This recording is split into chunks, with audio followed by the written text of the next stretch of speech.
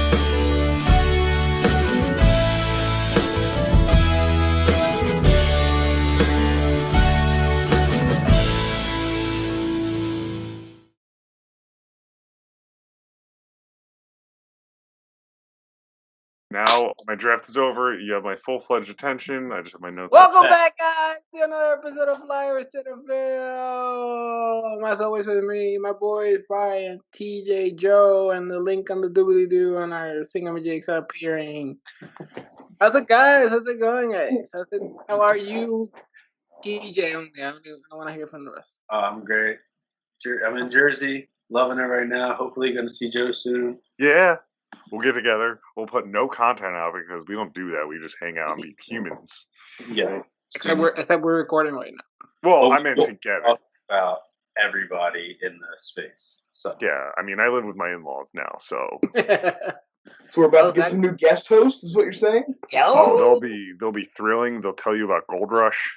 Flyover State of Fear's new co-host. Reruns. I was gonna say they into Yellowstone. They want to do a Yellowstone podcast. If I showed them Yellowstone, yes. Love Yellowstone. It's just it'd go like a drug dealer. You just give them their first taste, and then it's like Yellowstone all the way. Oh, shit! 1 minute in, and I already spilled my drink. You're in a fresh space. You weren't ready. You weren't ready to record in this space. You don't know how to move in it yet. No, you don't know your dimensions. It's the same in your desk. new studio. It's the same desk. Well, we need some posters. I could get some here and here. I got an Ernest one in front of me though, so keeping it. You could almost if you told people that Joe and TJ were in the same room, you could look at it. It looks it. When he logged in, I was like, "Are you back guys to back fucking right with now me?" in a perfect way, so that you can't see. They can't see them. I know all day. Yusuf's like, TJ, recording with you? You coming over? And I'm like, nah, I don't think so. I feel like what if it was a goof? Joe is gonna go like this. Joe is gonna go like this, and his arm's just gonna touch TJ's face. That would scare the hell out of me because that's a walk-in closet. Hey. All right. Anything in the movie news before we do a mini game as a warm up? Shia LaBeouf's full of shit. Oh, that's his entire life though. Yeah, and it's like, and there's this thing of like, no matter what he does, there's going to be this push and pull of like, oh, but he's mentally ill. How critical can you be? Does he have, and it's just like, I'm just so sick of it. It's like the dude was back in the news for like 5 seconds, and I was already sick of it. Yeah. I like that he came out and like cleared the record on the Olivia Wilde thing. Yeah. But then immediately she looked like a fucking hypocrite. She shat all that goodwill down. Like already when he came back, it wasn't like people had forgotten what was going on with Shia. It's like I saw that all over too. But at least most of the people were like, he may be right here, but he's still an abuser, piece of shit, blah blah blah. But then it's like he was just like, no, that's not good enough. I need to get some more and do something more to tarnish my reputation. Man, I do love Honey Boy. Honey Boy's good. It was a good movie. I knew Honey Boy. I knew it from the beginning. We probably have it on record, even on this podcast, Brian going, that's full of shit. If you go back far enough, I'm not going to lie, I definitely remembered it coming up. I like how the first, 60 episodes of this show is just us talking about Joker news every, 10 episodes.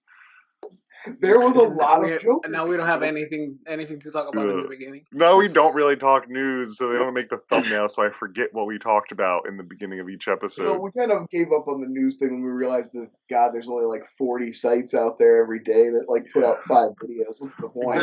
There's no fucking news every day.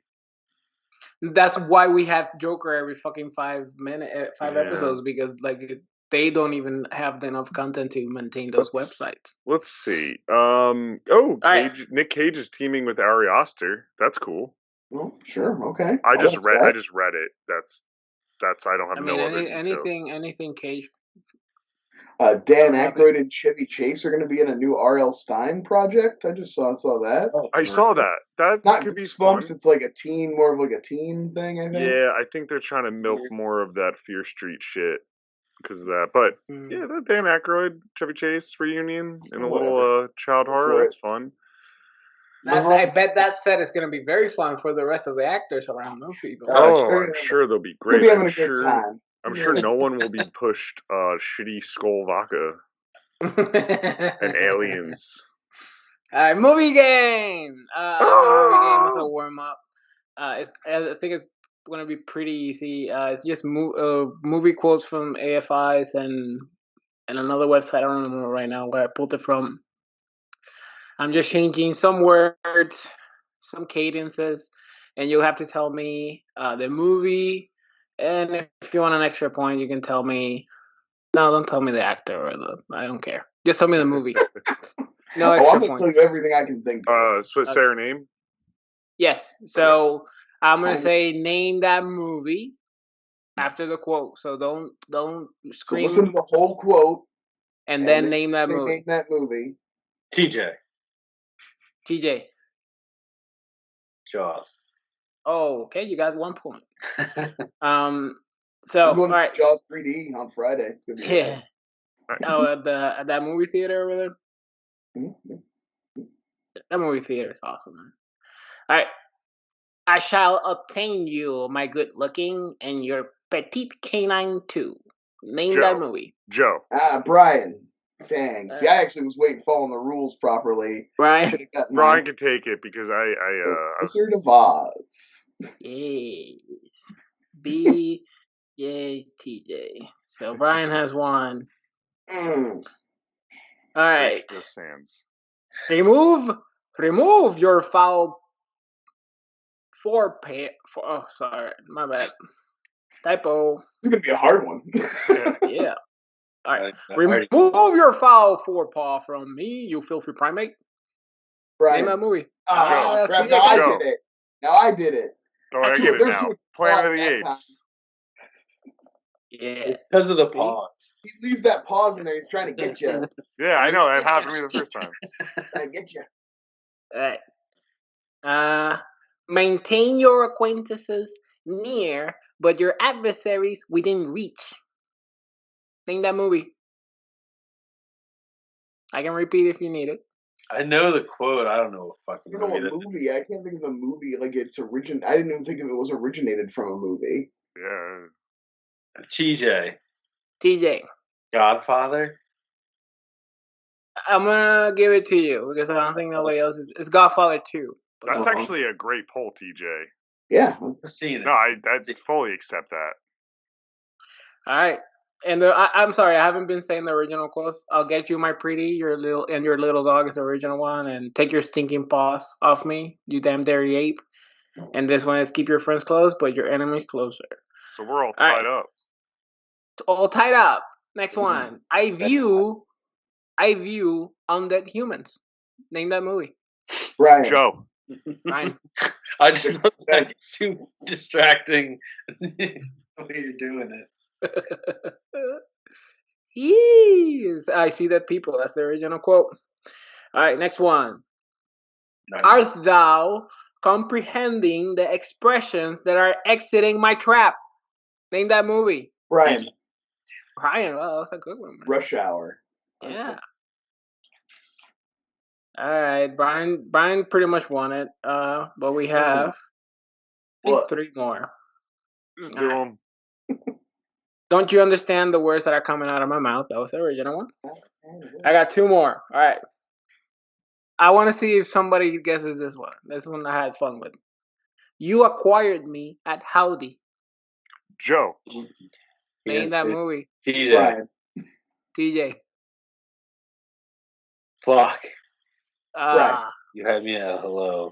Brian. Draven Black. one. There you go. Good job. That took me. I don't know why I had When Harry Met Sally in my head. And the last It's a one. better rom-com. I'll have what she's having is probably what you want. Yeah. Yeah. None makes me hemorrhage my own life force. Name that movie. TJ. TJ. Dodgeball. Yeah, TJ That's tied it, great. and I don't have anything else. So Right. I'm gonna edit this part out. Then I'm gonna grab another quote. Extremely okay. Name that movie. Brian. Brian. Borat. Yeah. Very nice. Very nice. The accent. Alright. Sometimes I was gonna say Bill and Ted, but I don't know why. All right, that was the warm up. How about we go into the topic? Best practical effects. Brian, take it away. Oh, well, I mean, this movie that we're going to watch today was it's one of those, like, it's right in that sweet spot. It literally comes out between Terminator 2 and Jurassic Park. It's like right in that, like, we're just started barely getting into CGI.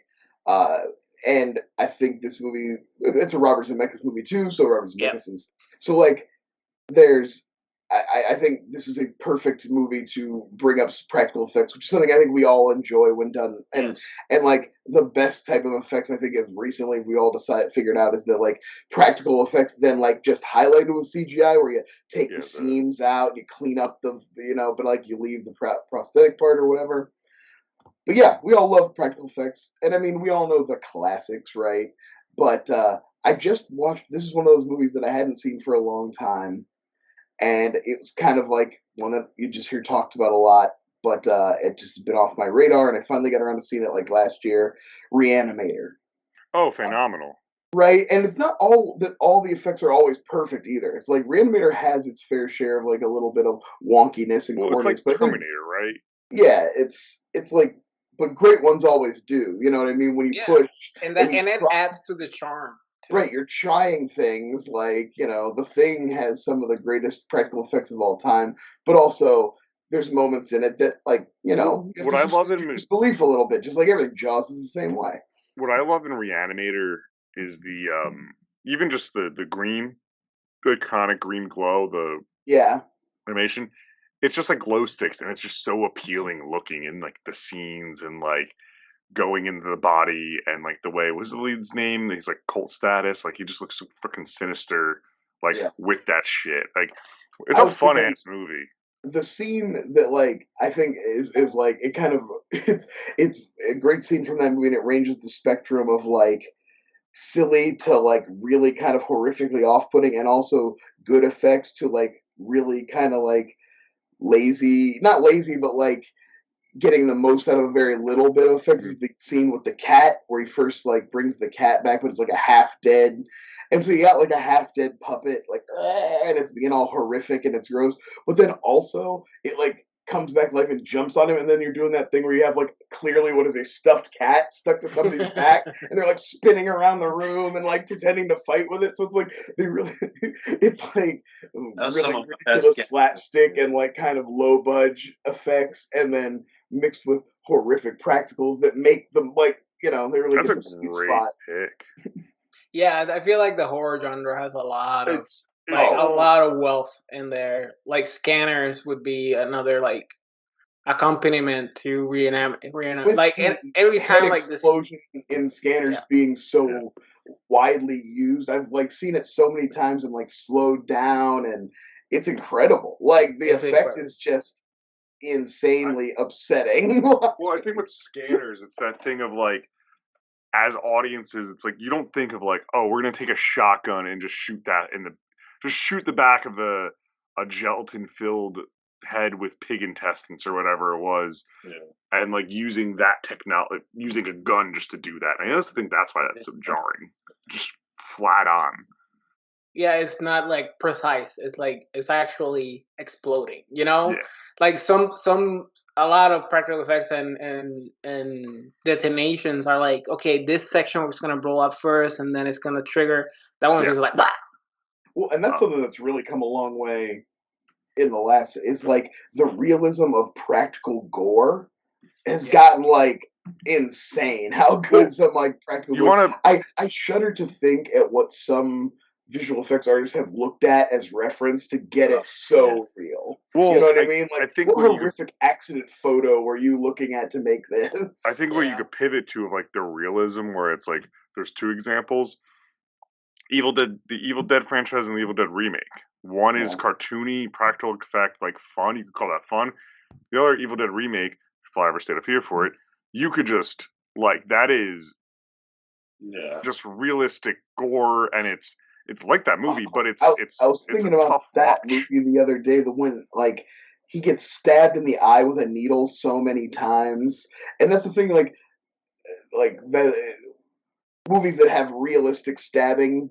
By that I mean like people survive stabbings. Like a stabbing isn't an instant kill. So many movies like one gut stab, the person's like, you know, and that's it. Like, no, man, like that's so nasty and like crawling around and stabbed in the face so many times, and that to me, all the most like effective body horror is like anything to do with teeth and nails, and I feel like those are the easiest practical effects in Hollywood, and they just like rip a nail or rip a tooth, and I always squirm. I've been watching Jusef. I know you were watching. I've been watching The Resort, and she has a tooth come out in that, and it's just you're like, As are you enjoying it? Had fairly extensive dental work myself. That's a trigger too. Like anybody who's had a lot of dental work. You know what's up? Did you like The Resort? I'm not through. I'm only on like the 4th or 5th episode. I think. Are there 7 total? I think 7 so far. Yeah. Okay, but there's still a couple more to come out. Yeah. Okay, I thought. You know what's a modern one that I think was done yet. You know what's a modern one that I think stands out really well? Out on my list, Krampus. Speaking of the keeping the horror genre, like the puppetry. The puppetry is puppetry's great in it. They like make it work. I like that Krampus also has gotten like with Halloween right around the corner. It's gotten a new life kind of at Spirit Halloween's, like so they clearly got the rights. They bought in pretty hard on but the puppetry in that one, and like the ones that don't work are the CGI, right? Those like CGI like gingerbreads are fine, but like the rest of the movie is like the hand of the creature, it looks amazing. That Jack in the Box that like is like the Jack in the Box reminds me of another with in Nightmare on Elm Street, the Freddy like slug. Oh, and 3 when he's like the big worm. Yeah, not the bad slug. Oh, I mean, you could do a whole thing like about the practical effects in the Nightmare movies. Yeah. You could all pick one movie and talk about it if we wanted to. It's the worse they got, the more fun the effects got with that franchise, which is why the gold standard being, or the one that made them famous being like the blood coming out of the bed. But I wanted to like give a shout out to a non-horror one. Yeah, please. It's Eternal Sunshine of a Spotless Mind, when he's like jumping through all the different memories that he wants to like keep, and how they designed that entire set, and how he jumps through all those memories, and also like the huge furniture where like Jim Carrey's hiding behind, and his mom. Yeah. They use like the perspective of forced perspective. Things like a more recent movie, like you think of practical effects, you're always thinking of like prosthetics and gore and makeup and stuff, but like also techniques that just older techniques that we don't use as much anymore that are still very effective. Last Night in Soho, the last Edgar Wright movie, it wasn't particularly good, but it had some cool. There's sequences where like you got one actress seeing herself as a different actress in these dance sequences, and they're doing like blind switches where in camera that she's swapping out with the other actors as they turn and as they dance, and like stuff like that done really well is like a thing that it's like most great effects you almost don't even notice, you know what I mean? But it's cool to like, that's something that could have been done with editing, but feels more natural, and you get cooler, more interesting camera movement and stuff if you can find ways to do it in camera and practically. You know what's a great one? Oh, you go ahead, Joe. Oh, just to add on to that, like, it's always shown, and I feel like clips of like this was done a million. the hand in Spider-Man the first one when he catches the tray. Oh yeah, of all the stuff, like all practical, or I'm sure it took him 100 tries. Yeah. The Inception hallway fight is also another one that everybody brings up, but I mean, justifiably so. He built in a set that rotates. Yeah, and Joseph Gordon-Levitt had to fight on that shit. Say, like, use of sets for me to go back.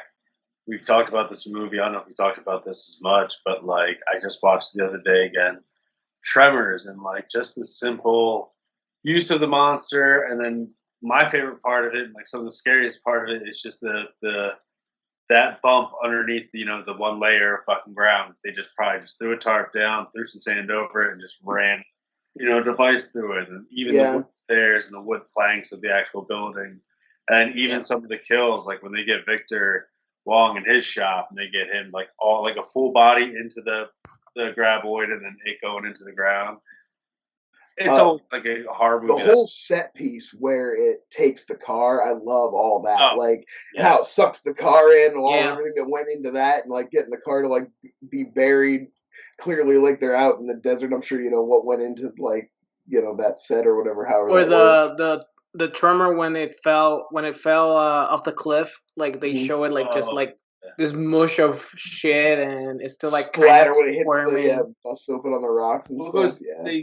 They kept it all through with the first three, other than using CGI for the third, like the flying ones. Mm-hmm. Then when you get into like 4 or 5 and like the 6, when Netflix kind of took it over, everything's just full on like video game CGI. Yeah, they got the like plugins then, and they're just using them. That's what they are. Because it's interesting with those movies and any of those type, like they're always like, oh, it's just cheaper to do the CG, so we don't. And then you find out like it would almost be more cost effective to do practical and look better. Yeah. If they People didn't take go your movie for more seriously, although you could also not have Jamie Kennedy in it. That might help. Listen, Son of the Mask is a I can't call it a movie, but like it's a thing. Even like you could have at least said Malibu's Most Wanted. Like he's known for Son of the Mask. Kicking it old school. Yeah, kicking it old school, baby. I got no more Jamie Kennedy movies in the tank except for the Screams. Then that's it. You've exhausted it. Jamie Kennedy experience, though. He pranked people. He just ripped off Punked, and then said, "You got X'd." You got X'd, bro. Yeah, pretty much. All right, next topic, or any honorable I don't know. I feel like practical effects we could just go on forever. Right, exactly. Like I had noted, like the Verhoeven kind of sci-fi trilogy. Total Recall, and it's like we talk about how good the CGI holds up in Starship Troopers. There's also incredible practical effects all through Starship Troopers. Arnold, like I love a good Arnold prop head, like in Terminator 2, but him taking off the radar thing. Prop heads between Terminator and Total Recall is out. It's bananas. Like I thought that was a real Arnold. I thought the prop. I thought it was like a thing they put on his nose. Mm-hmm. I thought that was really Arnold's head when I first saw that movie. Shout out to a movie we talk about all the time. The engineers in Prometheus are full-on prosthetic suits, and you'd think they were jacked. CG. They do CrossFit. Well, also shout out a recent episode of Flyover to Fear with the Terminator, like one like Brian was saying with Arnold. That whole scene where he's doing the reconstruction of his face in the mirror. Fucking ever since I was a kid, that would drive me nuts. It was on the rewatch for that. It was really cool seeing just like the effects still hold up, and even acknowledging of like, that doesn't even work. And compared to T2, I actually think Terminator, like I enjoyed that more than like what people freaked out for with like the T100. Yeah, T1000. Yeah, T1000. Also, practical effect. Another horror movie, but along the same lines as like the face stuff is Poltergeist. One of the most iconic scenes where the guy just starts ripping his own face. Yeah. So a really good fun fact. If you ever win your trivia, those are Steven Spielberg's hands. Nice. Ripping the. I don't know why, but that was the like. He was probably like, "No, let me do it." Topic. Joe. So this is, I think, our first Meryl Streep movie. which kind of seems crazy.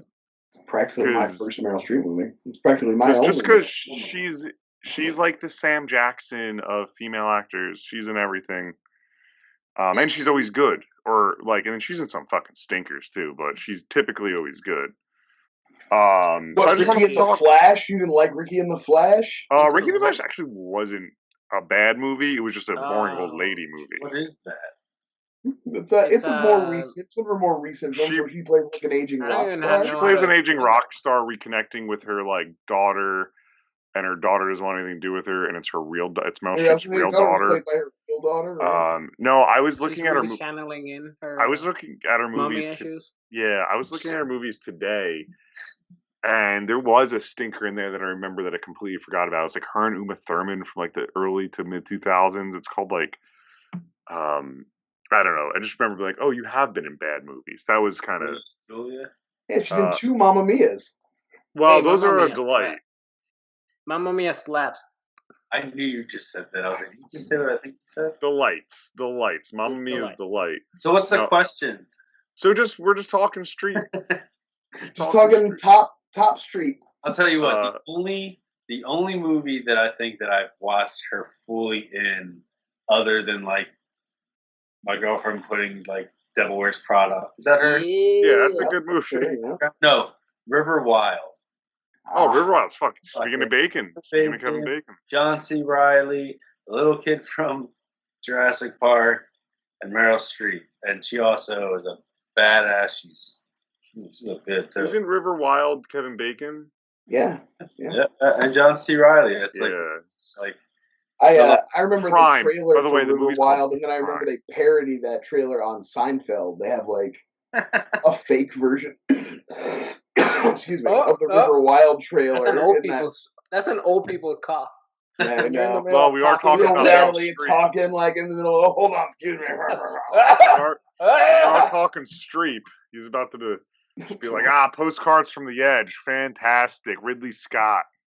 I'm a big Kramer versus Kramer head. Sophie's Choice. I watch it every night before I go to sleep. See, what's funny about her and like something like Sophie's Choice, who's actually seen Sophie's Choice and not just said like, wow, that's a real Sophie's Choice. Yeah, I mean, like, I know about, I know about it. Everybody knows the, like, basic thing of Sophie's Choice, but I've never seen the movie. No, I love her in... What I learned from this topic is that I haven't seen most Meryl Streep movies. Yeah, no, I love her in Her, I have only seen 3 other Meryl Streep movies. That's weird. Have you seen Doubt? Doubt is one of them. Doubt is fantastic. That's on my... Doubt with Philip Seymour Hoffman and Amy Adams and Viola Davis. Just like all of them are acting. Everybody's acting shit. That is a very it's based on a play, so like movies that are based on plays are always like, I act so fucking hard. I would say guilty pleasure, but it's not because there's no such thing. I unabashedly love Julie and Julia. It's fun. Meryl Streep and the Tooch and every scene they're in. Screw the Amy Adams part of that movie. Amy Adams part sucks. But the Julia Childs part, I'm like, baby, give me a whole thing of her just being, whoa, I'm upset. And when she gets upset, and then you got horny Tucci for Julia Childs in. And she wanted all the muffin. Yeah. Tooch wants the gooch. The gooch, the Tooch. Tooch wants the gooch. Has she ever played Mrs. Claus in anything? I'd watch her as Mrs. Claus. No, but I mean, she was in. I have her thing up. She was in the recent Mary Poppins, so close enough. She played like Mary Poppins' aunt or something, or cousin. She was also in Little Women. See that. I did see the new Mary Poppins, but I didn't count that. She's more of a cameo in that. She's in the new Little Women. The one that I would count as a guilty pleasure is It's Complicated, where she fucks Steve Martin and Alec Baldwin. So I've never seen. What is she, SNL?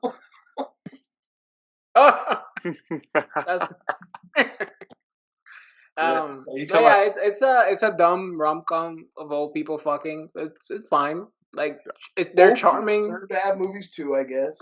John Krasinski, Lake Bell, Zoe Kazan. Oh, it's a Nancy Meyers film. Of course, I'm gonna love it. I love it. It's a pretty okay movie. Yeah, I feel like she was just in like from probably like 80, late 70s to like 2000, just like you a woman Do you want to cry? Does your husband want to roll his eyes? Go see the new Meryl Streep. Yeah. Like the cliche. Yeah, do you think she is overrated? Yes. I think she gets more nominations because who she is than, so I guess, she's a bit overrated. I would have to see more of her movies, honestly, to give I think she's a great. I don't think. I think it's effortless for her to act, but I don't think she's overrated. I think she, like, it's not her fault that they keep nominating her. Yeah, like, it's clearly the Academy being, but it's effortless. It's kind of like one of those things that Spielberg puts out a movie, they nominate him. It doesn't matter if one of Spielberg's best movies. You just know he's getting nominated if he bothers to put out a movie that year. I think that's the best example. Like when you see a Steven Spielberg movie, you go like, that was effortless. Like he barely directed that movie. Like he was just there and it happened. Yeah, even his like even his crappy movies are like, well, that's still a Steven Spielberg. I mean, he's still got some great shots in there. He's still got, I have a big question for Brian because he's saying he hasn't seen Meryl Streep movies, but this seems like one that would have hit his radar in 1989. She-Devil. That is one of the ones I was gonna say, and it's funny because she's almost playing the same character as she's playing in this movie. It just becomes her. It's very much like. She's like this socialite, rich. She's like an author or something. In that one. Roseanne in it? Yeah, Roseanne's like becomes. Obsessed. I remember the poster. It was the year that King Ralph came out. It's like Roseanne became a hit on TV. So both John Goodman and Roseanne in the off season did their first big movie, and they both kind of bombed out with that. Yeah, and then, I remember this poster. This is like a blockbuster poster. I don't think she's overrated because after like looking at her IMDb and everything up, like she has the diversity too. Like you said, it's effortless. So it's not like she's just churning and be like, I'm gonna come in and be the mother every time or whatever. She's not always doing Oscar bait or anything. Yeah, she's doing She-Devil. Varies it up. Yeah. Yeah, she does a lot of crap too, like throwaway movies. I mean, she did Mamma Mia. That's definitely not a fucking Oscar bait. The last, since we get 3 out of 4, we might as well admit the last movie of hers that I have seen is the Manchurian Candidate remake. Oh yeah, it's pretty good. It's not bad. She's kind of the bad guy. She's kind of the bad guy in that. I like a bad guy. She's a senator, right? She's Liev Schreiber's mom, and she's also she's a senator, but she's basically grooming him to be the president. He's the Manchurian Candidate. She's like grooming her son to be the president. And I love Liev Schreiber. He's great. He's great in that. Scream. So one thing about Death Becomes Her that I read, it was like speaking about like she plays a villain, like. Apparently, they're like, don't take that. Like, it's against type. Like, you're not gonna. No one's gonna like you like that. And then, like, let's see, like, Devil Wears Prada. She plays that fucking person again. And she was like, no, the script's too fucking. She plays an amazing asshole. Like, it really does. She's great at playing a powerful bitch. Like, like girl boss action. That's her. She's got that vibe. That natural girl boss vibe. Oh yeah, D-Shop. But so I don't know. I just wanted to talk Streep because, like I said, it's the weird thing of like, just she's in everything. But then you look at what we picked, and it's like, how she not popped up and even like fucking we're sexist. Backdoor King. It's mostly because I'm sexist. We're sexist. Brian just picks mid 90s, early 2000s Pulp Fiction knockoffs. That's all we do. We just fucking.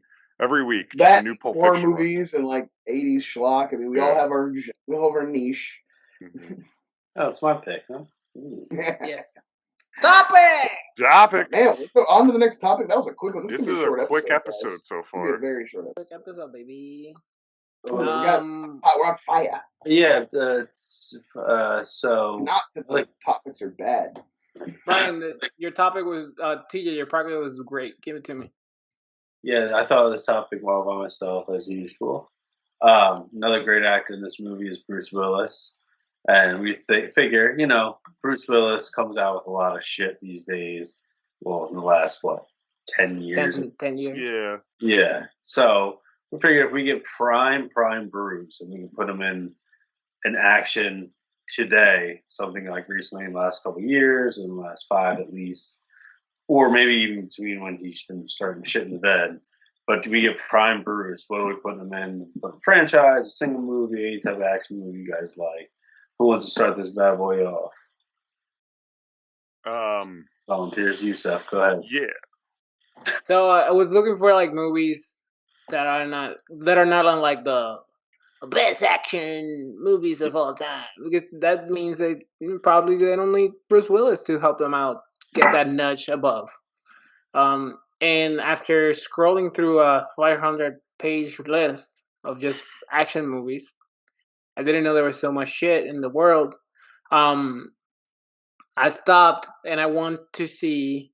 I forgot the name of the movie, but I want to see prime Bruce Willis and Denzel Washington in a runaway train.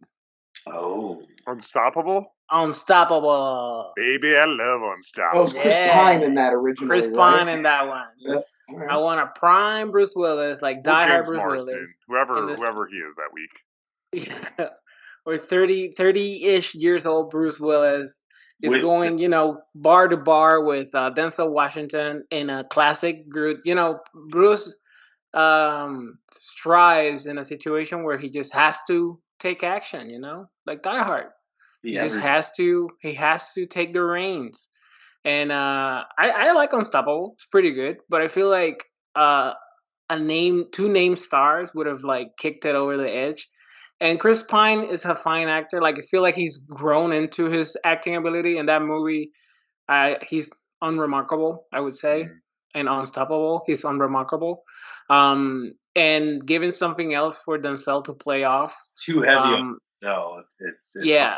Denzel's like carrying that movie for sure. Yeah. Like if you have a Bruce, because the story is like pretty straightforward, and the movie's well directed. It's like Tony Scott movie, and Tony Scott doesn't fuck around with action movies. Like they tend to be at least entertaining, at the very least. So yeah, I feel like a Bruce in that movie would have been the edge. I miss Prime Willis for sure. Like watching him in Death Becomes Her, I was like, that's my guy. He's somehow my favorite part of that movie. Like it's one of my favorite Bruce Willis performances. Yeah, he's acting, which is so weird to say. Anybody else? Can I go next? Because I did the Joe thing where I came at it slightly differently. Like to me, I was Joe may have done the Joe thing. I was thinking prime Bruce Willis in a modern action movie, but I guess I wasn't thinking about a younger Bruce Willis. I guess I was just thinking about like the older Bruce Willis, but putting in the effort that we saw from younger Bruce Willis. Yeah. So prime he's still in his prime. Prime was more about acting prime, performing prime. Now, the caveat. We don't want to get any angry comments. We know he had health issues, and part of the reason. We're gonna get comments because people watch this. People watch it all the time, and I want to make sure to get ahead of this one. I know he's watching right now. Try out with Bruce. But it's one of those things where it's like, we know his health issues. We know he did a lot of these bad movies not because he was just lazy. He was trying to bank away money for his family. I get it. I get that. But anyway, with that aside, banked away money in good movies. Right, you can make money making good movies if you're Bruce Willis because people will pay for that. And to that end, I was looking at and I was thinking, what could have been a good movie for Bruce Willis, a prime Bruce Willis who was really putting in the effort, was the Death Wish remake. With a better director, not Eli Roth. Fuck Eli Roth. A better director and a real kind of death sentence type script where it's more about a cautionary tale about revenge, less of glamorizing white man vengeance, and more of the cost of cyclical violence and so on and so on and so on. Something like that. I could have really think he could have nailed it. And then my other pick, your side chick, because I think one of my favorites is 12 Monkeys. So I thought maybe, what about a dystopian action? I don't want to put him in Mad Max, but now this isn't even a movie I like that much, but a lot of people really love it. What about Bruce Willis in Snowpiercer? Oh, kind of age up the Chris Evans character just a little bit and make him a little more grizzled. Ooh, I thought that was a fun idea. Yeah, I don't mind that. Especially the action now. Right, and we're talking again prime as in performing prime. He'd still be the older, more grizzled, more brutal, Bruce Willis. He could even be the conductor in the end. Ed Harris, yeah. But I guess I was trying to get some of the action stuff to do. Yeah, but prime. I want to see him fight with a hatchet. It helps kind of helps me go into mine. So Take it away. I didn't. Transition. At first, I read this wrong, obviously, and I was like, oh, we're Mhm. just talking about Bruce Willis movies. And before I say my pick, it had me unlock a fucking childhood memory, a blockbuster memory of not an action movie, but I was looking at like his movies, Breakfast of Champions. That poster where he has all the fucking American flags. I remember me and my brother were children, rented that movie, and I guess my mom didn't realize how like depressing and R-rated it was. And I remember her being like, us being like, it's like based on a Kurt Vonnegut book. Or yeah, something, us isn't being it? like, this is weird, and then being thrown. I don't know. The memory came flooding back to me the minute I saw it. I don't know if I've ever actually seen it all the way through. I feel like I've seen like I have pieces of it. Maybe I can't say I saw it, but I remember. Yeah, I remember that poster, and I remember like it being very bad, like not good in the house. Having said that, I think one of the more lame movies that's come out recently was Uncharted. Oh, yeah. And I think putting Bruce Willis at any age, honestly, you could flip flop him. I think you could make him Nathan Drake, have him like whatever, and his like we're talking like 30-year-old. Like if he was 30-year-old, he could have been Nathan Drake, or if older, he could have been Mark Wahlberg. Either way, improved that movie either way. Either way, Bruce Willis improves that twofold. Like he's engaging, like because it's one of those movies that felt like I watched an hour of it. It felt like one of those Netflix movies, like Red Notice, where it's like we have these two hot stars, but like there's nothing to it. The thing is, until they realize that you can't just copy and paste stuff from these big theatrical style video games into a movie, the fans of the franchise have already seen it, so they're not you know what I mean? Like, there's only so much you can get out of like, hey, that's like a scene I played, when it's way more exciting to actually play it. Yeah. And then people who haven't played the game aren't interested in it, and like they have still not mastered bridging that gap when trying to make a video game movie of like drawing in people who aren't already fans of the game. Because I think with the I guess video Uncharted did okay. I don't really know. I think Uncharted did okay box office wise, but I just mean like point of the game, like most people are going there just like I want to watch a good movie, and not going for the game. Most of that was a lot of moms wanting to see a Mark Wahlberg movie. I think like I bet there's plenty of people who didn't even know it was a fucking video game. We're just like I haven't seen an Indiana Jones knockoff in a few years. There has to be the Jungle Cruise just came out. There has to be an episode that I say this in, but I knew Top Gun Maverick was gonna be this big hit the minute we saw Lost City and a trailer for Top Gun Maverick came up, and a group of middle-aged women who showed up late to the trailer, so they were on time, cheered and hollered the screen. They wooed when Tom Cruise came up as if that was the hottest man in the world. And I was like, oh, this movie's gonna be a fucking hit. Well, I mean, the Top Gun Maverick thing, it was like that perfect. It had the nostalgia for some people. It's got the patriotism, the pro-America rah-rah shit for some people. It's not a superhero movie, and that appeals to some people. It's just like it had so much going for it. Well, it's the same thing that people act like this phenomenon nobody ever saw coming. The same fucking thing happened with the first Jurassic World movie. It's the same thing that happened with that, where people like it was the perfect mix of nostalgia and something different, something we haven't had in a while. And are both of those enhanced by Bruce Willis? If you add them more, do they get more box office dollars? You replace Chris Pratt with prime Bruce Willis. Oh my god! No offense, but replace Sam Neill with prime Bruce Willis in original Jurassic Park. Now that is a hot take, my friend. I'm just saying. I'm not saying it would be better, but I'd watch it. Now, just speaking of Bruce Willis real quick, I really love his like vignette in Pulp Fiction. I know that's some people's least favorite. Oh, I love the You never get too much of a villain, Bruce, and in that one, he obviously has his character, who he is in the beginning, before everything happens to him, and you know what I mean. But have you ever seen him as like a full-on villain? Have we? Was he a villain in The Jackal? Yeah. Yes. Yeah. He's had to have played one. Yeah, I guess in a sense. He's just an assassin. Wasn't he like a bad guy in like a Disney's The Kid, yeah. The Perfect Stranger or something like that, or? Well, and I was gonna say, you got to remember, there's like 10 movies a year for the last 10 years that he did. So he's definitely a villain in a couple of those. In fact, I know one of the ones Red Letter Media covered. It was like the twist was he was the bad guy in the end of it. I was saying, my pick for this one is like, obviously it's a franchise, but it would essentially be a one-off, but it's something I've always wanted to see, especially if I get Prime Bruce. And I was like, last 10 years, it doesn't really make sense for him to go in Prometheus because I'd rather see him fight an alien. I wish he could be in the Marine Corps in Aliens, but Alien Covenant, if I could get like a Prime Bruce Willis and maybe one of the last men standing type of role. Even, it'd be interesting to see him as in the Billy Crudup role as the kind of like insecure, like second in command who becomes captain and is trying to like prove something. Like that'd be an interesting turn from Bruce Willis. I kind of like that.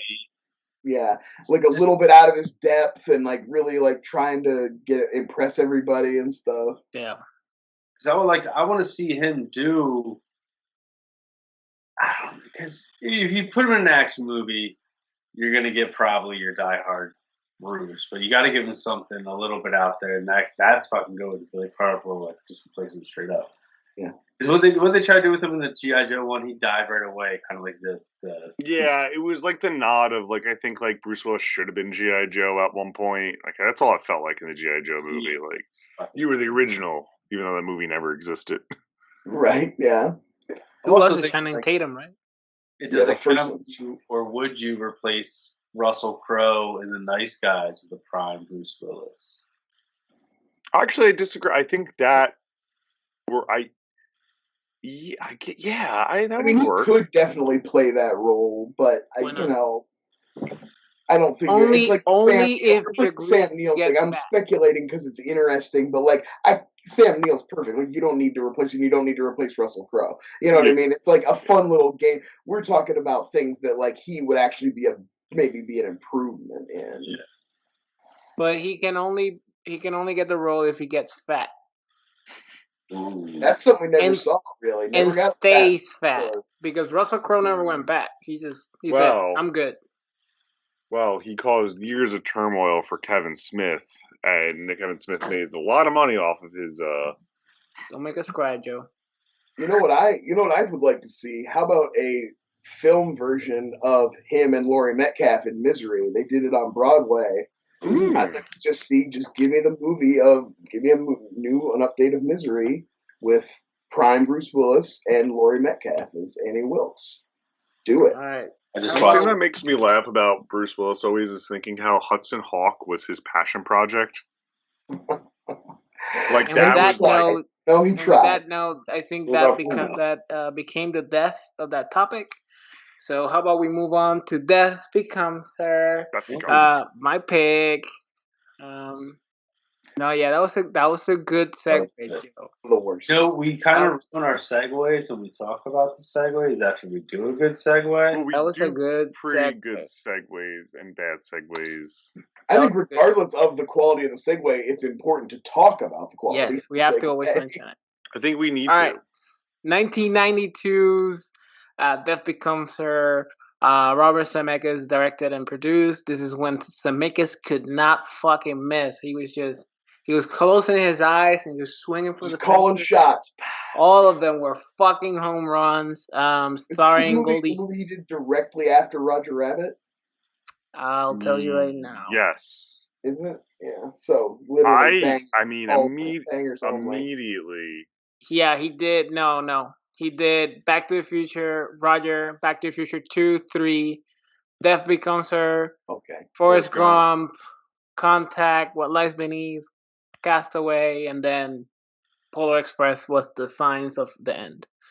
Arguably though, that was the sign. Walk's pretty still good. Interesting filmmaking wise, still pushing the envelope, still trying to expand filmmaking. I think Robert Zemeckis should deserve some credit. He's always on technology, but I think it's interesting because immediately when this fucking movie starts, like the first 10 minutes, and this was a first watch for me, I was like, I knew it was Robert Zemeckis, but I was like, this is Tales from the Crypt. I'm like, this is fucking like it looks like Tales from the Crypt. You want to know what It has the same setup and thematics as a fucking classic Tales from the Crypt episode. Yeah, it's definitely a fully structured like a Tales from the Crypt episode. He is a more real, like a real life feel version of Tim Burton, in a sense. Like they're hard. They're hard. You can see Tim Burton directing this one as well. Yeah, it's like they're on the same level, but one of them does obviously the more cartoonish side, and the other one stays more the actual this real life style. I would also say like the '90s Addams Family has this kind of vibe. Yeah. And even like Men in Black kind of like has this kind of a little bit like they can all exist in the same universe almost. It's very gothic. And another thing before we get off Zemeckis, we can also talk about David Koepp, which is the co-writer of this movie.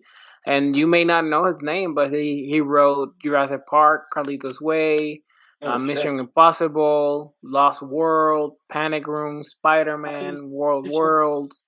So wow, okay, so big writer. My dude is kidding after every name you just said.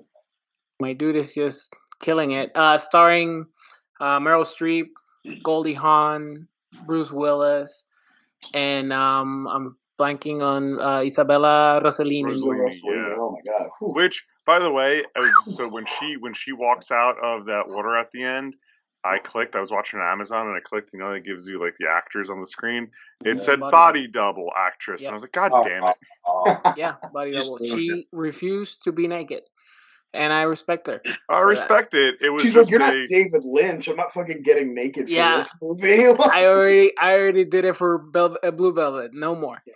All right. The movie it centers around two friends, high school friends, that have hated each other their entire life. Merrill Streep is talk about range. She is playing a bad actress in this movie. So that is range. She's playing a bad actress on Broadway. Goldie is a struggling writer. They go visit her in her Broadway play. Bruce Willis is Goldie's boyfriend, fiance at the time. Meryl Streep steals it from him. Brilliant plastic surgeon, which interests Meryl Streep. Brilliant plastic surgeon. The motives. And cut to 12 years later, 13 years. I don't remember now. They get like a couple years they get married, and that's like 12 years to the like. Yeah, it's like I think TJ. I think you're right. It's 7 and then another 7 or something like that. So 14 years pass. Meryl Streep is obsessed with her looks. She's trying to regain her youth and her beauty. Goldie Hawn is a crazy cat lady that let herself go. And Bruce Willis lost his ability to be a surgeon due to alcoholism and problems with his hands. Well, and probably, I've speculated on this on a previous, probably operating on Merrill when he wasn't supposed to also. Like, I bet he probably costed him his license. Had part of his license. Especially the way she like corners that what I don't know what she's doing. She's trying to like a blood transfusion type of a thing. Yeah, the treatment facility. She corners her. Like money's no object. I'll just pay whatever. It's so fucking Tales from the Crypt. It was just like this was on the HBO desk. It does almost feel like one of those things where it's like they had a Tales from the Crypt script and they were like, if we can get like 3 big stars in this is a movie. We could make a movie out of this. Because it also has a noir feel to it. It's like a little bit, yeah. And the plot thickens once they're presented with eternal life via Rossellini. All 3 are offered, and shenanigans happen. Let's just not spoil the movie without in the right up top. Was this the first time for anybody? Joe? Yeah, this is my first watch. 100% your first watch. Yeah, I remember watching this as a kid, and this movie fucking blew my mind. Like Goldie Hawn having a hole in her stomach fucking destroyed me. I was like, how did they do that? I have no clue. Definitely one of the most iconic, like the most memorable thing from the movie for sure. And Meryl Streep just going. Yeah. Her head turn around. Like, how was your first impression of having nostalgia? Joe? What? Oh yeah, no. My first impression was this was fantastic. It was one of those ones I put in on my queue to pick up the Blu-ray.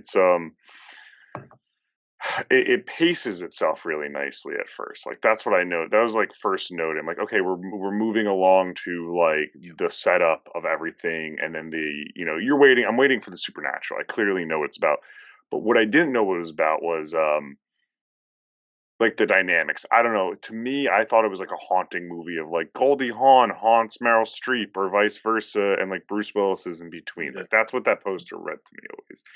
To just find out that it's a movie just about like youthful and vanity and like and all that it's shit. a horror movie where it's about the horror of aging as a woman. Yeah. Like, that's what's the most horrific thing that they're, and then a bunch of like interesting body horror stuff spawns from that. Yeah, it was a super like I'm glad he picked it. It's a super fun movie. Like yeah, that's all I do, Joe. I only pick good movies. And he leaves it for us to pick the chores. We were talking earlier about Bruce Willis, and he was actually a surprise to me because I knew like Meryl Streep, I knew Goldie Hawn were going to be like a ton of fun. Like they're playing the roles we've seen them.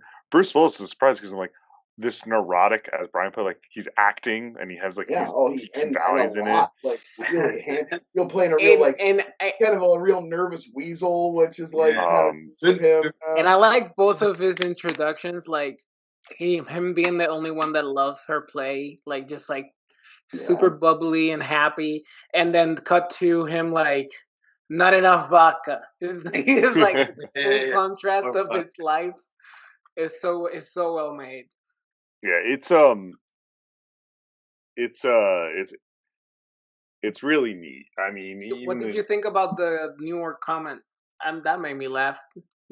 Which pardon? The Newark comment when Goldie Hawn is like, she says she's a washed actress and from Newark for. From Newark, yeah. That was like, I actually was wondering, like, is she? Just being like, she's from the city you fly into. No, that's. Yeah, it's a weird one because like also like they're all cartoon characters, right? Like immediately you're like, what the fuck? How is Goldie Hawn like this? What is her book about? That was like my first kind of when she was like successful, and I don't know. I was surprised. She writes a book about being young or like forever young, about basically, but it's like she got all her youth is fake. It came from a potion, like And I was surprised by the potion being right, the gunshot, and then she's up. I'm like, huh? Yeah. Well, that would make sense.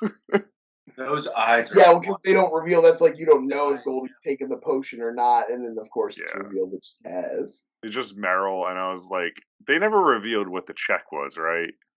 No. I speculated about that when I talked about. She says that every price is different, so I think it's essentially like she probably just calculates like 90% of your worth. Whatever you're worth, give me like 90% of it, and we can move on from there. Yeah. But I feel like she wanted Bruce. She was so obsessed with Bruce because he could like keep the rest of the stars alive. Like probably wanted him to be like the go-to repairman for all his celebrity lookalikes that were at that party. You don't know how many of them are zombies. There could be more zombies than just I got the idea they are the celebrities. They were. No, I mean they are, but I'm saying like their celebrity look, like they hired a bunch of celebrities. Oh yeah, the Jim Morrison and that was a fun. Like I'm sure that's a fun. Yeah, that's a fun little bit. The idea that like a lot of dead celebrities are actually they chose to like go into hiding or whatever and be young forever. Elvis had to be Kurt Russell, right? Like an uncredited Kurt Russell. Oh, you know what? I didn't even think about it. That's what I thought. He looked familiar. Honestly, he looked familiar. It could be him. I didn't think about it either. So that's like Kurt Russell's thing is like Elvis. Oh yeah, one of his first big roles, like coming out of being a child star into like transitioning into like being a man actor. Was he in the Graceland movie, the 3,000 Miles to Graceland? Oh yeah, he was in that as well. That's right. Yeah. Honestly, he's probably. I do love the fact that this movie, like, obviously the practical effects takes the cake and the banter between them, but it's so fucking sharp. Like, there's so many tiny quips and jokes that like it merits rewatching because you won't laugh at the same shit always. But I always loved backbiting between Merrill and Goldie is always so good. It's always like just when she like, and I shows up at her book thing when they first see Goldie Hawn, she's looking all beautiful and she's got the red dress, and she comes up to her and Goldie's like, "Oh, I wasn't sure you would come, but my agent said that Madeline would come to the opening of an envelope." Yes. That's such a good line. That's so funny. And especially like them fighting with their bodies just all fucked up after the fight, like her with a hole and she sits and she the sits thing down and the spear comes through her. That's such a cool effect. Like I was like, blew my mind even today. I was like, damn, that is cool. That is just a really smart effect there. The kiss on the cheek. That's my. Oh no! Two things that made me laugh on that scene. First is when the lady recognizes Bruce Willis and she's like, "Oh, you're a genius. What's your secret?" And he's like, "Spray paint." Yeah, spray paint. That actress, by the way, is Robert Zemeckis' wife at the time. She's also Sean Astin's mom in The Goonies, and she's in Romancing the Stone. Oh, she's also in the Monster Squad. Yeah, she's in the Monster Squad. Okay. Is she Lethal Weapon? They probably calls her the F word. Do you know? Her blood type? AB positive. Find it out. Favorite. Whatever. Chicken fingers. But yeah, her face being fucking horrified of him. He's like, well, because with makeup you have to just cake it on. Then I just noticed like just spray painting. It's so fucking funny. But the other one is like when she kisses her, like, "Thank you for coming. I just never hated you." And she just pauses next to her cheek and she's like, and just plants the fucking kiss, like a huge kiss on the cheek. Always makes me laugh. It's so well made. I feel like it is that. It's just like you have three juggernauts, like actually wanting to act, actually believe in the world, and then great special effects and fun writing. It just makes for a great movie. The one part where it made me stand up for Bruce is like, I was like, oh, he's in it. I mean, obviously he's playing great physical, like alcoholic behavior. But when the very first time when, he pushes Merrill Streep down the stairs and he's on the phone talking to Goldie Hawn. And he fucking turns around and the reaction out of him as he's with the phone in between the table and the couch, and I'm like, is he actually fucking tripping and just fucking basement is and like hitting his marks? But that whole thing, I was like, man, Bruce is actually all in on this. Oh yeah, his line delivery is awesome. When he can't find, well, the doctor visit is hilarious too. We gotta mention physicality. I love the doc. That's one that when I rewatched it, I hadn't seen it for a long time, and then a couple of years ago I rewatched To Do a Bunker. I only mention that because it's been a while. Since we've had a bunker. If anybody wanted to listen to it, I did actually bring a woman co-host on, Kimber, and I thought, so if you're interested in a perspective of what a lady thinks, you can look that up. It's actually on our Flyover audio feed. You can find that if you're interested in it. Not to hear me repeat myself, but if you want a perspective from somebody who grew up as a girl into a woman watching this movie, there you go. Brian's woke, but yeah, the doctor. One time I had a girl in 70 episodes of my show. The doctor fucking almost steals the movie. His reaction to Meryl Streep's wrist just bending backwards and can't finding the heartbeat and looking at her neck.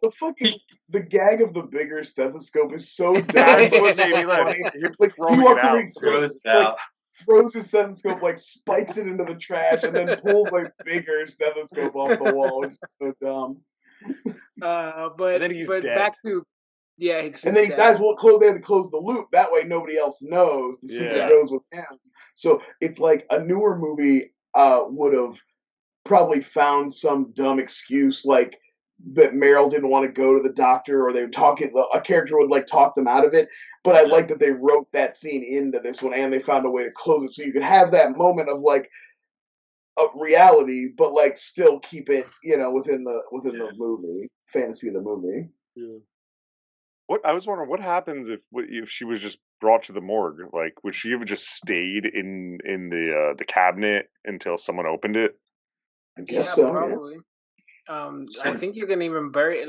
She would have been buried a lot, or buried and just been consciously awake. She would be very dead. But yeah, Bruce Willis line delivery when the nurse tells her she's in the morgue, and he's like, "The morgue? She'll be furious." That line delivery, and then the one there's a great, like you said, everybody is like firing on all cylinders in this. But when she drinks the potion, and then Isabella Rossellini goes, "Now a warning," and just now a warning. But her body, so like the practical effects, I think I read, is it like somebody literally just pushing her boobs up? You can tell she's they gave her like a flowy shirt so that somebody can kind of come up behind her and basically like is like pushing up her boobs from behind. Yeah, her body transformation during that scene is super fun. But yeah, you can kind of tell somebody just going.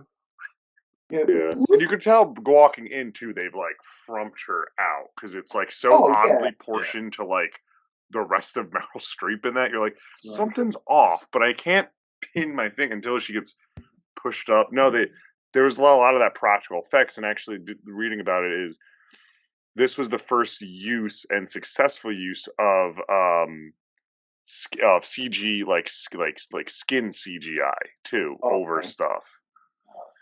Yeah, Hollywood loves a good liver spotted hand. And I always like that she always like used the hands as the see what I can do for you. Like look at that liver spotted hand. You want to talk about that ending, like the force fed messaging of the ending of what? I guess like you could be like now you could be like, okay, even men after 50 can strive or take that messaging after it, but like the true message being like not focusing on the physical and looking for like making the world a better place and having kids and living long through that memory. Blah, blah, blah. I did like the ending and that eulogy of like, and we don't know much about this guy for 450. Yeah, I love that he just like blanked that part of his life out. He didn't talk to his new wife about it. He didn't talk to his kids about it. He was nope. Well, he did mention like the throwaway joke being the ghouls of Hollywood. Yeah, I bet some of you heard of the zombies in Hollywood, right? Yeah. That's funny. That was funny. I like that. But the makeup of both Goldie and Merrill once they pull up their veils and they reveal, it's so gross. It's so good, and they like selling it like with their bodies, like the way that they're walking. Oh, the way they move, yeah. And Merrill fucking should have won an Oscar for her going down the stairs. She keeps her thighs completely stuck together, and only her knees go sideways to go down the stairs. I don't know how she did it, but she did it, and it was amazing. And the end line is like the perfect encapsulation of like the sense of humor. She's like, both of them are just heads on the floor, and she's like, I bet you don't even remember where we parked the car, and that's the fucking end. Yeah, it's like they're not concerned about people coming out and finding their parts in a jumble at the bottom of the steps. They just like have so far moved beyond that at this point. I mean, to them, they become famous, right? Because they can't die. They have to become like the next. They'd be on The View. It's just wild, but it is. If a zombie could talk, it would definitely go on The View. It is a great social commentary on plastic surgery and all that shit, because a lot of people that have this obsession with plastic surgeries end up looking like them. It's not even practical. Well, and like I said, like there's definitely an element that we can't tap into in this movie about what it means to age as a woman and societal pressure on that and stuff like that. That like, I mean, that's why I said like you could be woke about it in terms of like, oh, Bruce was able to succeed despite him being old, and they just fucking withered away. Right. But it's also like. Where it's like, oh, you got to be good looking to keep a man around. Or keep What is interesting to me about it, though, is fucking the fact that someone mentions about like 50, they're so old. And like today, it's like you look at it and it's like some of the hottest women are 50 right now. Oh, yeah.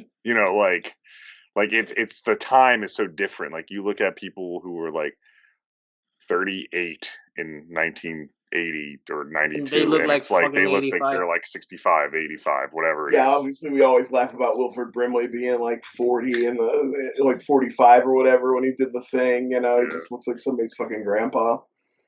So, all right, let's go into the ratings phase. Yo, first time viewer, first time caller. I thought this was a fucking blast. I think I said I want to buy the Blu-ray. It's definitely a good Is there a Blu-ray with any features on it, or is it still pretty bare bones? I didn't look at it. I didn't I don't think I saw much last time I was looking. Okay. So I just have a DVD, but I'm like, why upgrade when there's nothing? You know what I mean? Like, what do they mean? This seems like a movie primed for like an hour release at some point. But having said, I love the spooky season vibes of it. It's that perfect balance of like it's Tales from the Crypt for me. I mean, like it's that perfect balance of horror and comedy and quirkiness. So pretty high marks on that as 8.1. Bendy hands. Ooh. Flexy wrists. Yeah, flexy hands. And there's a lot of body parts we could use in this movie for ratings. For Classic sure. Penises. The way she's flaccid. Don't say that. I love how he's she's fallen and he's about to save her, and she can't stop berating him long enough to even get herself saved. What's interesting? She calls him stupid. She can't wait. She can't help it. I like that because he also he gets so seductive. Like, yeah, we'll kill her or whatever it is, and then it's just like his reasoning is like, well, she's gonna take all my. It's his money, not hers. The famous actress, you realize, like, she has no money. Yeah. That scene about them trying to plot her death and all the alcohol bottles and all that shit is fucking hilarious. Oh, I love that. I love that scene is really interesting, like the planning scene, and then none of that happens. It's just like soft inside. It's just like a non sequitur, you know. All their plans are not. I'll rate it. I'll jump into it to where it's when I was a kid, when I saw this, this is like the second time I've seen this. I only remember the ending with the battle between them two, and then for some reason I always thought Bruce Willis was like an evil scientist who created them. Like a Frankenstein. That's what the cover screams. Yeah. So then after I saw the movie, and now I realize it's actually a complete movie.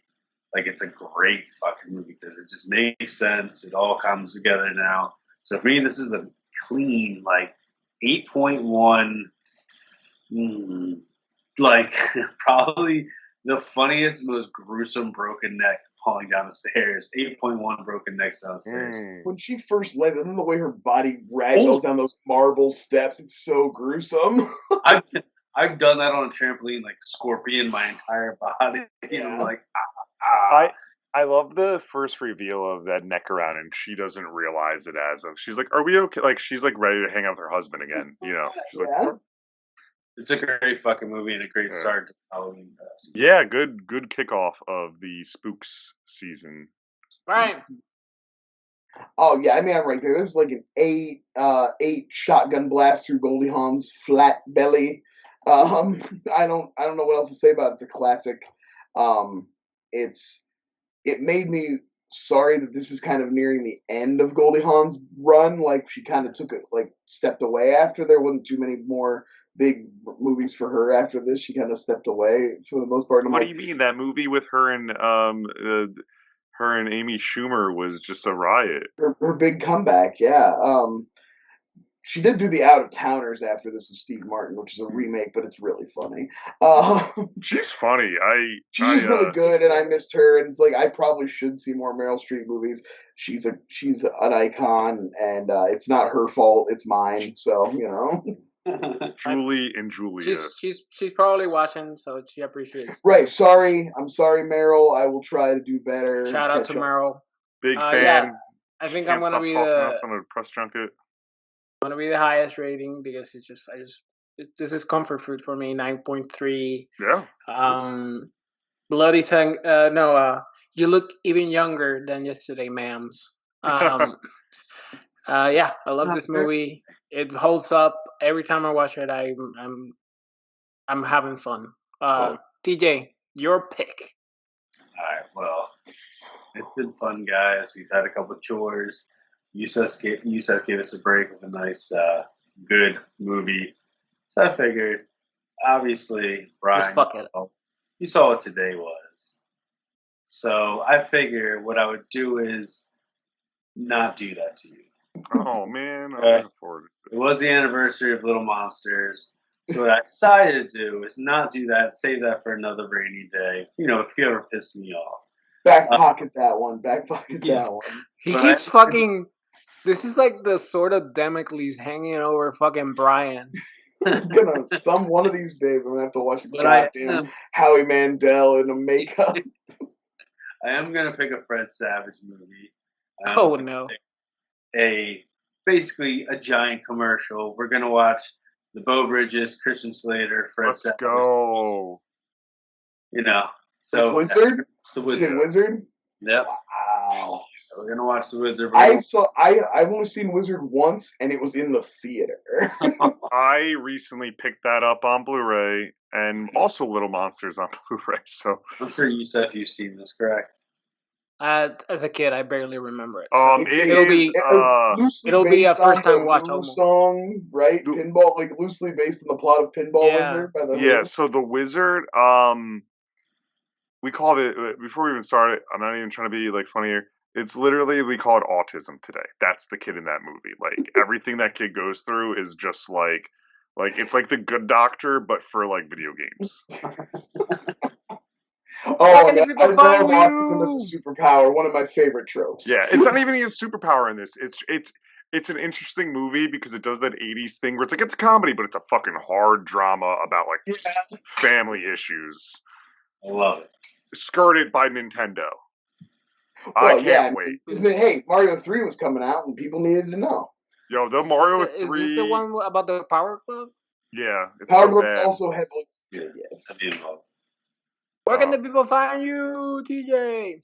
You guys are on Flyover City Film. YouTube right now. Check out Flyover City Theater. And check me out on Twitter at TJDex. Saying something you won't like. Pissing people off. Just pissing them off. Brian. I'll be there too. Also pissing people off. At Hershkillies on Twitter.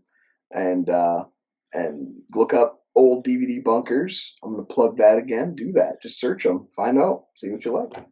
Yo. Chandango1 on Twitter and here at Flyover State of Fear, and we're going to be ramping up the Fear episodes to be coming more consistently. So enjoy. Fun fact, I'm fine with Rob Schneider sacrificing his career. Bye. I thought that's old news. He did that already. Yeah. No, but he went on. What career, bitch?